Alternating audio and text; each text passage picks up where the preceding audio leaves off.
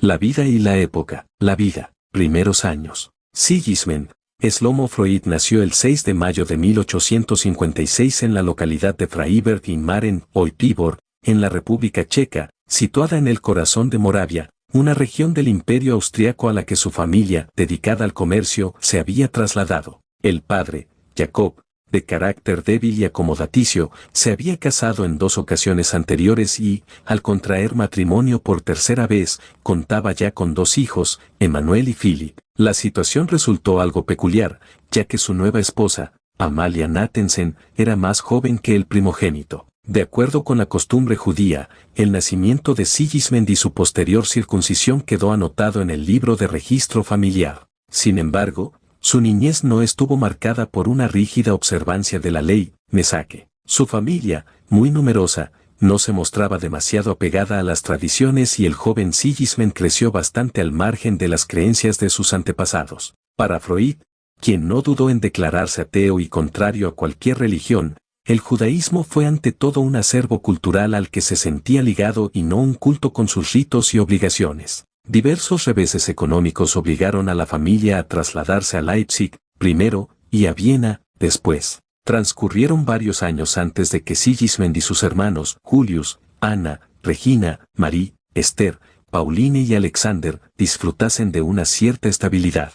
No fue una infancia fácil. En una obra de 1899, sobre los recuerdos encubridores, la describe como un periodo duro e insignificante, marcado por las estrecheces económicas. En el Freud adolescente se mezclan el poco apego a Viena, un fuerte deseo de promoción social, el hastío por las continuas ofensas que sufre a causa de sus orígenes judíos y una gran confianza en sus capacidades intelectuales, alentada por sus padres, convencidos del talento de su hijo. En casa, el joven llega a imponerse a sus 5 hermanas y a su hermano menor hasta el punto de dirigir sus estudios y lograr que se cancelasen unas clases de piano que perturbaban su lectura sin que nadie le llamase la atención. La situación en la escuela era muy distinta, ya que debió vérselas con unos profesores a los que consideraba mediocres. No cabe duda de que fue un estudiante modélico, entusiasta de la cultura antigua y muy dotado para las lenguas, además del francés, el inglés y el italiano. Dominó el griego y el latín, y aprendió el español de manera autodidacta. Aquellos fueron años de grandes lecturas y de apasionados idilios,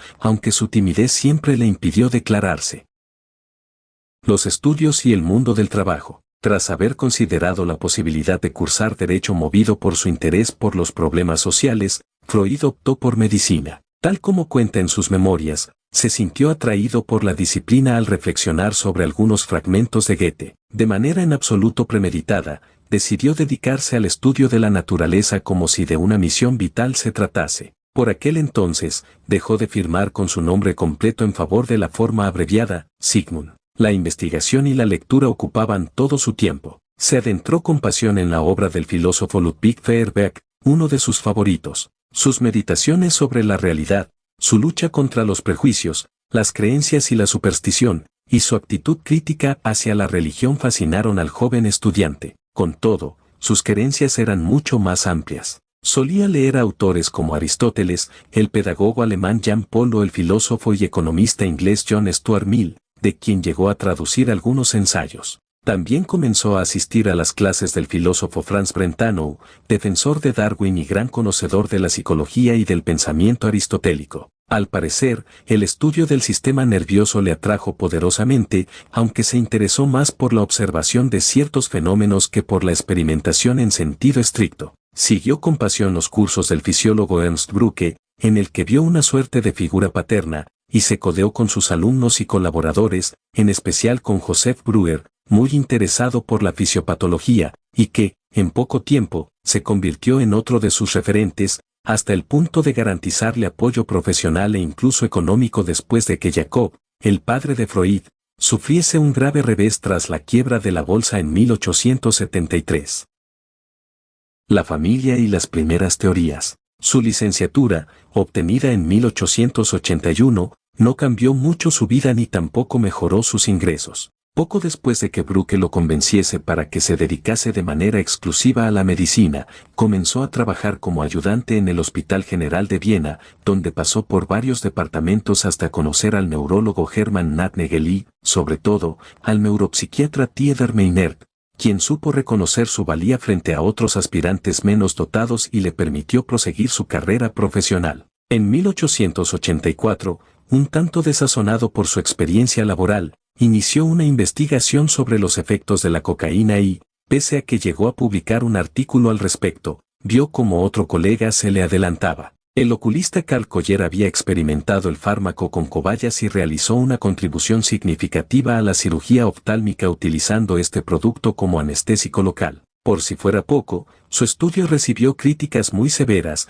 ya que Freud había prestado poca importancia a los efectos colaterales de la droga. Decepcionado, se refugió en los libros. El joven médico gastaba todo cuanto ganaba en formar una nutrida biblioteca en la que no faltaban obras de Cervantes, Shakespeare, Schiller, Molière, Goethe o Nietzsche. Con todo, si bien su profesión no le deparaba demasiadas satisfacciones, el amor se presentó de manera inesperada. En 1882 conoció a una joven judía de buena familia, Marta Venas, de la que se prendó apasionadamente, casi de una manera novelesca. El noviazgo fue breve y los esponsales se celebraron al cabo de muy poco tiempo, no sin la oposición de la familia de la novia, que consideraba a Freud un pobre diablo sin apenas prestigio. Por desgracia, la precariedad económica los obligó a posponer la boda. No sin ironía, Freud, citando a Schiller, le comentó a su futura esposa que su relación estaba marcada por el hambre y el amor. Pese al revés sufrido tras sus trabajos sobre la cocaína y el desencanto que le producía el trato con ciertos colegas que entorpecían su carrera profesional,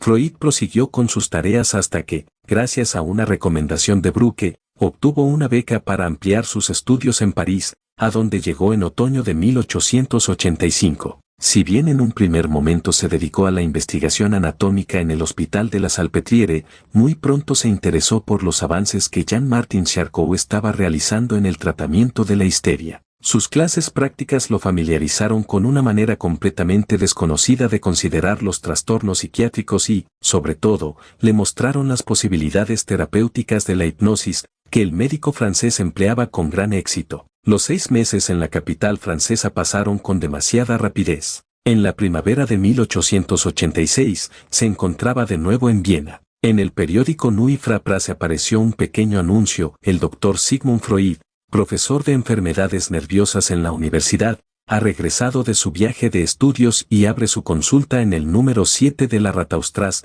distrito I, de 13 a 14:30. Gracias a los primeros pacientes y a la reanudación de la actividad hospitalaria, así como a la ayuda económica de algunos amigos y colegas, además de los regalos paternos y la dote de la novia, pudo disponer del dinero suficiente para desposar, al cabo de 4 años de matrimonio, a su amada Marta. La felicidad por la boda se vio turbada por la ley austríaca, que imponía a los contrayentes una celebración religiosa, algo que molestó notablemente a Freud.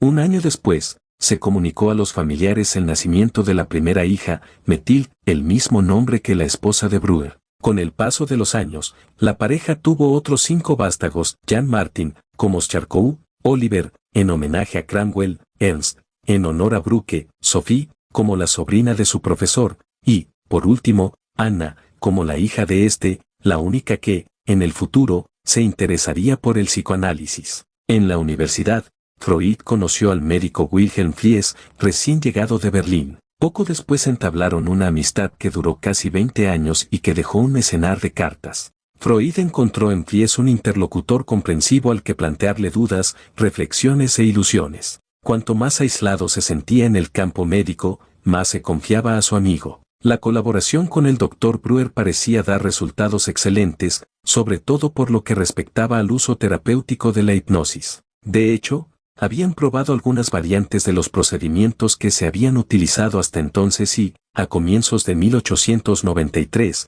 presentaron sus conclusiones a la Sociedad Médica Vienesa. Los éxitos obtenidos los animaron a proseguir sus investigaciones y ambos escribieron los estudios sobre la histeria en 1895, en los que se recogían los casos clínicos más interesantes, como el de Anna O. Sin embargo, ni la opinión pública ni el mundo académico vienés los consideraron dignos de atención, hasta el punto de que el número de reseñas superó al de ejemplares vendidos, 326 en 13 años. Pronto aparecieron las primeras divergencias científicas entre Freud y Breuer acerca del significado de la histeria. El futuro padre del psicoanálisis la consideraba el rechazo de algunos elementos de la realidad cotidiana y otorgaba gran importancia a la esfera sexual a la hora de determinar la naturaleza de la neurosis. Tal punto de vista suscitó no pocas dudas y perplejidades a Breuer, quien no soportaba demasiado bien las presiones ni los fracasos. Freud, por el contrario, mostró una resistencia y combatividad mayores, y se enfrascó con denuedo en los trabajos de investigación. Cuando expuso sus propias teorías sobre el origen de la histeria y éstas fueron descartadas por considerarse una fábula científica carente de todo fundamento,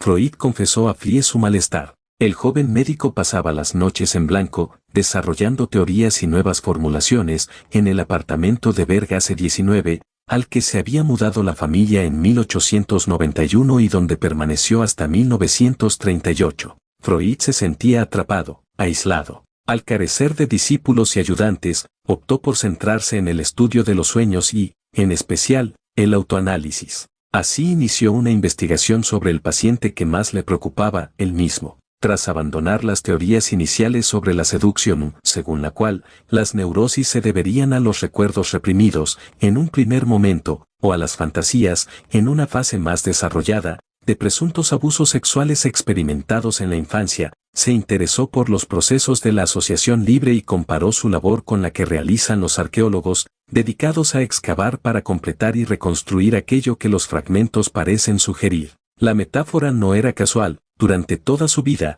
la arqueología y el arte antiguo fueron, junto con la lectura y los cigarros, sus grandes pasiones. Entre dos siglos, la pérdida del padre, acaecida en 1896, sumió a Freud en un profundo estado de desorientación que pareció interrumpir su proceso creativo. Sin embargo, tras el duelo, profundizó en su propio análisis y comenzó a cartografiar los sueños, convencido de encontrarse ante su descubrimiento más importante. Tal como explicó a Fliess, sometió el borrador de la obra que había comenzado a escribir, la interpretación de los sueños, a un control implacable. Aunque el contenido parecía irreprochable y las ideas, muy evocadoras, no se trataba de un libro de fácil lectura, a pesar de estar escrito con un estilo sencillo e inmediato. Como rezaba la cita de Virgilio que tomó de la Enade, flecteres sine que os superos, acheronta movebo, si no puedo persuadir a los dioses del cielo, moveré a los del infierno, asumió el desafío. Estaba tan seguro de la importancia y la validez de sus conclusiones que pensó que ya no volvería a leer nada que se publicase acerca de los sueños. El libro apareció a finales de 1899, si bien Freud pidió al editor que, en el frontispicio, figurase el año 1900. Deseaba inaugurar una nueva centuria para la investigación científica. Sin embargo, como era de esperar, los círculos médicos y académicos no se mostraron muy interesados por la obra, que cosechó numerosas críticas negativas. Amparándose en citas de Goethe, Shakespeare, Sófocles y Mozart, Freud arguía que los sueños son una suerte de rompecabezas cuyo contenido inconsciente y latente dialoga con el contenido explícito de la historia en un ejercicio de traducción que debía realizarse de acuerdo con unas normas que había establecido. Ya con el manuscrito terminado, Freud comenzó a estudiar las nuevas condiciones de la vida psíquica. Comentó a Fliess que el texto contenía al menos 2.467 errores. El número no era casual. Cuando escribió la obra, contaba 43 años y estaba seguro de que no podría publicar más de 24 trabajos. Así, 43 más 24 dan 67 y ambos, juntos, 2.467. Las cifras que aparecen en la carta, en apariencia accidentales, serían un efecto inesperado del inconsciente. Todo ese material se condensó en una nueva obra, aparecida en 1901, Psicopatología de la vida cotidiana, sobre el olvido, los deslices en el habla, el trastocar las cosas confundido, la superstición y el error, dedicada a todos los fantasmas que llenan el aire, como se desprende de los versos del Fausto de Goethe que abren el volumen. Freud se disponía a completar una trilogía que compendiase la esencia de toda la teoría psicoanalítica y que desarrollaría y refinaría en trabajos posteriores. En 1905 apareció el chiste y su relación con el inconsciente. En una carta dirigida a Fliess, confesaba que había reunido innumerables chistes tomados de la tradición judía, así como fragmentos de autores tan importantes como Rabelais, Cervantes, Molière, Duan, Kant o Bergson. Para Freud, el chiste se revelaba como una herramienta para determinar lo que yace oculto de manera subconsciente y que se libera mediante la risa. El psicoanálisis se había convertido en la ciencia del alma, una disciplina rigurosa con la que explorar el inconsciente y su lógica. El siglo XX inició su andadura con algunos acontecimientos significativos en su vida personal y profesional. Desde su niñez, Freud se había sentido fascinado por la ciudad de Roma y el aura que la envuelve. Había estado varias veces en Italia, pero siempre había alguna razón que lo obligaba a aplazar la visita a la capital. Y pudo hacerlo en septiembre de 1901. La ciudad lo embrujó y lo sedujo. Según escribió, había recogido tantas impresiones que podría utilizarlas durante años y estaba decidido a volver en más ocasiones. El hecho de que hubiese cumplido al fin un deseo largamente anhelado le permitió romper su espléndido aislamiento, como si hubiese llegado el momento del cambio. En 1902, gracias a las gestiones de la baronesa von Ferstel, obtuvo una plaza de profesor asociado en la Universidad de Viena, después de que su petición hubiese sido rechazada en repetidas ocasiones. Aquel mismo año, un grupo de jóvenes médicos le pidió que pudieran reunirse periódicamente para discutir casos médicos y mantener sus conocimientos al día. Así nacieron las llamadas veladas psicológicas de los miércoles, a las que asistieron seguidores y estudiantes entre los que figuraban Alfred Adler, Wilhelm Stekel o Carl Gustav Jung, quienes en 1908 crearon la Sociedad Psicoanalítica Vienesa. Por aquel entonces comenzó a enfriarse su relación con Fliess, que acabaría en 1904 tras diversos malentendidos y reproches mutuos. En 1906, Freud cumplió 50 años. Su vida cotidiana transcurría con un ritualismo complaciente. Todo se desarrollaba de acuerdo con un programa muy preciso. Se despertaba a las 7, pasaba consulta desde las 8 hasta el mediodía, comía a la 1 en punto con el resto de la familia. Por la tarde daba un paseo, adquiría algún cigarro si lo estimaba oportuno y proseguía con las visitas desde las 3 hasta las 9. Tras la cena jugaba una partida de cartas o se dejaba caer por algún café. Luego, investigaba o escribía hasta la 1, momento en que se iba a dormir. El sábado, daba clases en la universidad de 5 a 7 y, posteriormente, rendía su visita semanal a su amigo Leopold Königstein para la habitual partida de cartas. Las vacaciones de verano transcurrían con la misma regularidad. Freud las programaba con mucha anticipación. Escogía una localidad de montaña en Baviera o Austria, y se desplazaba hasta allí con su mujer, los hijos y la cuñada. Pasaba los días dedicándose a la pesca o a las excursiones. A finales de agosto, se permitía un viaje con su hermano Alexander, quizá a Italia o Atenas, como ocurrió en 1904. Tal era la vida apacible de una familia de la alta burguesía vienesa. Además de las críticas habituales, que continuaban siendo despiadadas e incluso feroces, comenzaban a menudear los reconocimientos, provenientes incluso del extranjero. En 1908 se celebró en Salzburgo el primer Congreso Internacional de Psicoanálisis, que reunió a 42 participantes de 6 países distintos: Austria, Reino Unido, Alemania, Hungría, Suiza y Estados Unidos. Al año siguiente, Freud recibió una invitación de la Clark University, en Worcester, Massachusetts, que le concedió el doctorado honoris causa en Derecho y donde dictó las 5 conferencias sobre psicoanálisis, en las que empendie sus actividades y descubrimientos. El éxito del psicoanálisis y la guerra. Tras su éxito en el otro lado del Atlántico, Freud acometió la difícil tarea de organizar y profundizar en lo obtenido tras casi 20 años de investigaciones. La creación de la Asociación Psicoanalítica Internacional a raíz del Segundo Congreso, celebrado en aquella ocasión en Nuremberg, confirmó la popularidad internacional de la nueva disciplina. La presidencia de la recién nacida organización recayó en el joven médico suizo Carl Gustav Jung, al que todos reconocían como el principal discípulo de Freud y su más probable sucesor. Jung había conocido a Freud en 1907 tras un intenso intercambio epistolar y no tardó en convertirse en su más directo colaborador. Sin embargo, el brillante joven, en el que Freud depositó todas sus expectativas y esperanzas, emprendió muy pronto una línea de investigación propia que lo alejó bastante de las conclusiones del maestro, hasta el punto de provocar un abismo insalvable entre los dos a causa de su disparidad en las interpretaciones de la sexualidad y del inconsciente. Las últimas cartas de aquella relación que había durado entre 1906 y 1913 muestran un cruce de acusaciones despiadado. Jung culpaba a Freud de ser un padre severo que esclavizaba a sus propios hijos y éste le pidió que cesasen todo contacto, ya que lo único que quedaba entre ambos era una profunda desilusión. Jung abandonó la presidencia de la asociación y, junto con los demás socios suizos, se dio de baja y rompió toda relación con su antiguo maestro. Hubo, no obstante, otros discípulos que mantuvieron un contacto más estrecho. En 1912, el británico Ernest Jones, quien lo había conocido en el primer Congreso de Salzburgo, decidió crear una suerte de comité secreto que se encargase de defender las teorías psicoanalíticas y favoreciese la profundización de las conclusiones de Freud así como el desarrollo de nuevas investigaciones que siguiesen su misma línea. Sea como fuere, la producción freudiana proseguía. En 1913 apareció otra de sus obras fundamentales,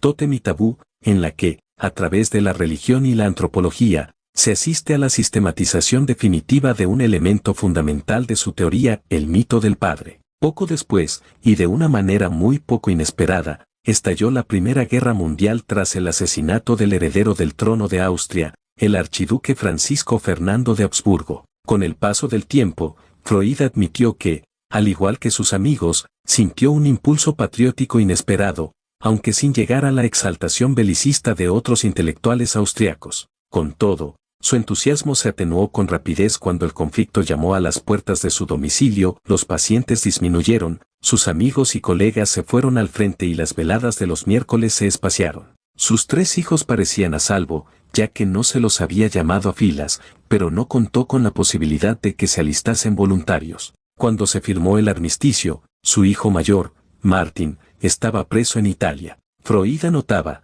casi a diario, sus impresiones sobre la disolución del Imperio Austrohúngaro, convencido de que, de la dinastía que había gobernado desde que había nacido, solo quedaría estiércol. Los meses siguientes transcurrieron entre el enfrentamiento social y la precariedad económica. Los Freud sobrevivieron gracias a la ayuda de amigos y familiares en el exterior que les enviaban alimentos, ropa y otras vituallas, incluidos los cigarros, indispensables para afrontar las fatigosas horas de trabajo.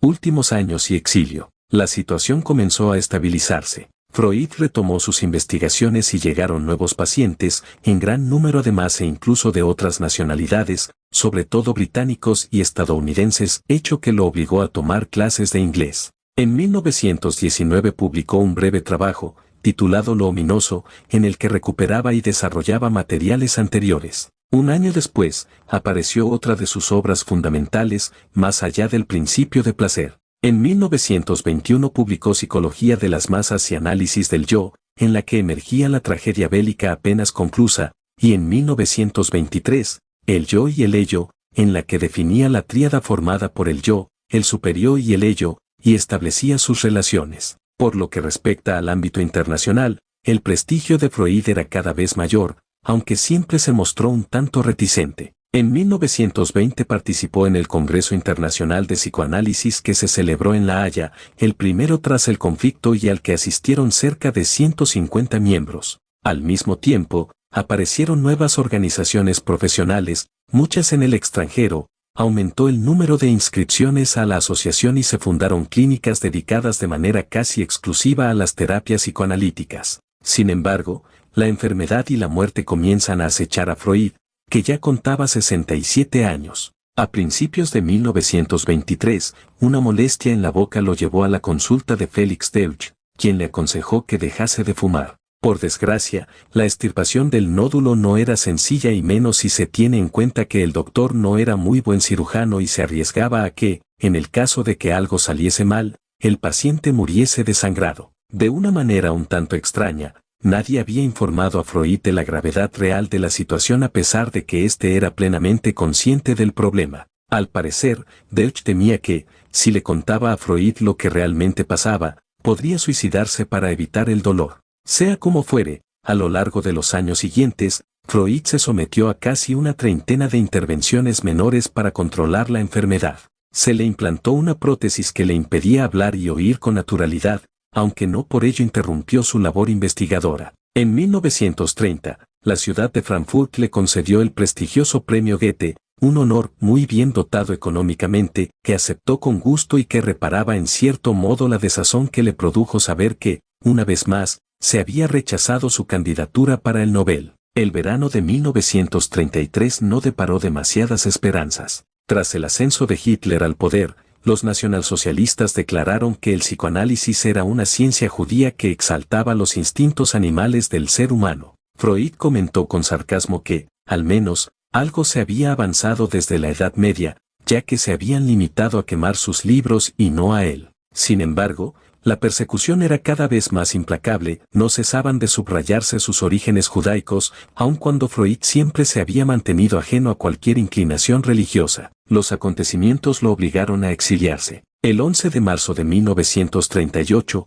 cuando las tropas alemanas entraron en territorio austriaco para consumar la anexión del país al Tercer Reich, Freud se limitó a escribir 2 palabras en su diario, Fainis Austriae. Casi en el mismo momento en que sus conciudadanos se negaron a ser independientes, afloró de nuevo la plaga del antisemitismo, esta vez de un modo fanático y violento. La población judía padeció agresiones, saqueos, humillaciones y, por imposición de las autoridades germanes, desapareció prácticamente de la vida pública. Solo el prestigio internacional garantizaba a Freud, en principio, ser víctima de las persecuciones. Con todo, a sus 82 años, se resistía a la idea de traicionar y abandonar la ciudad donde siempre había vivido, a pesar de la insistencia de sus amigos y colaboradores. Su fiel amigo Ernest Jones contaba una anécdota nacida a raíz de su empeño por vencer sus últimas reticencias. Durante el naufragio del Titanic, las calderas estallaron y el capitán cayó al mar. Al ser rescatado, argumentaba una y otra vez que había cumplido con sus obligaciones como oficial, ya que no había abandonado la nave, sino todo lo contrario. Freud se dio por vencido, pero las autoridades alemanas no, sobre todo en ciertos aspectos relacionados con la economía. La Gestapo pretendía que se saldasen unas presuntas deudas y los Freud se vieron constreñidos a pagar una tasa especial impuesta a aquellos judíos que se propusiesen cruzar las fronteras. La suma era astronómica y solo pudieron solventar el problema gracias a la intervención de la princesa María Bonaparte. Sin embargo, Freud debía afrontar aún otra humillación más. Firmó un documento por el cual declaraba no haber sufrido ningún trato vejatorio. No se amedrentó y, con un toque de ironía, añadió que se comprometía además a recomendar los servicios de la Gestapo a quien le preguntase. El 6 de junio de 1938, Freud desembarcó en Londres en compañía de su familia. Una multitud formada por curiosos, políticos, científicos, profesores universitarios y artistas de lo más variopinto se agolpaba a la puerta de su casa para darle la bienvenida y entregarle toda clase de misivas. A comienzos de 1939, sus condiciones de salud empeoraron, el cáncer se había extendido y no podía operarse. Aún así, continuaba recibiendo a pacientes y atendiendo personalmente la correspondencia. Le quedaba el consuelo de la lectura. El último libro que leyó completo fue La piel de Zapa, de Honoré de Balzac. Max Scher, su médico desde 1939, viajó a Londres a finales de septiembre, poco después de que Europa se hubiese sumergido en un nuevo conflicto. Freud, ya al límite de sus fuerzas, le recordó un viejo trato y Scher cumplió con lo prometido. El 21 de aquel mes, le inyectó una dosis de morfina más alta de lo normal e hizo otro tanto al día siguiente hasta inducirle el coma. Falleció a las 3 de la madrugada del 23 de septiembre de 1939.